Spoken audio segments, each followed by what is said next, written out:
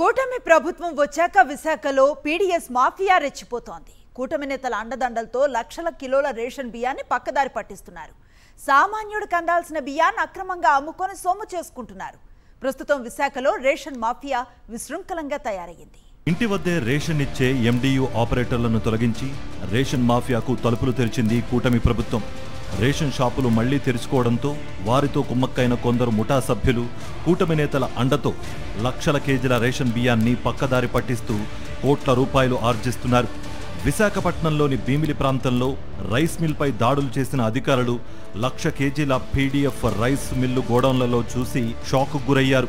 Bheemili RDO, Anandapuram తహసీల్దార్, పెద్దిపాలెంలోని Sri Balaji modern rice mill, Sri Sai rice and flour మిల్లుల్లో తనిఖీలు చేయగా రేషన్ షాపులకు కేటాయించిన 1,89,167 కిలోల పీడీఎస్ బియ్యాన్ని స్వాధీనం చేసుకున్నారు. కొద్ది రోజుల క్రితమే విశాఖపట్నం 4వ పట్టణ పోలీస్ స్టేషన్ పరిధిలో 100 కిలోల పీడీఎస్ బియ్యం రేషన్ షాపుల నుంచి అక్రమ మార్గాన అర్ధరాత్రి సమయంలో తరలిస్తుండగా స్థానిక యువకులు పట్టుకుని బియ్యాన్ని మాఫియా ముఠాను పోలీసులకు అప్పగించారు. పోలీసులు బియ్యాన్ని స్వాధీనం చేసుకుని 6గురిపై కేసు నమోదు చేశారు. జిల్లాలోని రేషన్ బియ్యాన్ని అక్రమ మార్గంలో భీమిలి ప్రాంతంలోని రైస్ మిల్లులకు తరలించి అక్కడి నుంచి బయట ప్రాంతాలకు తరలిస్తున్నట్లుగా అధికారులు భావిస్తున్నారు. ఎండియు వాహనాలను రద్దు చేసినప్పటి నుంచి రేషన్ మాఫియా రాష్ట్రంలో విజృంభిస్తోందనే కామెంట్స్ వినిపిస్తున్నాయి.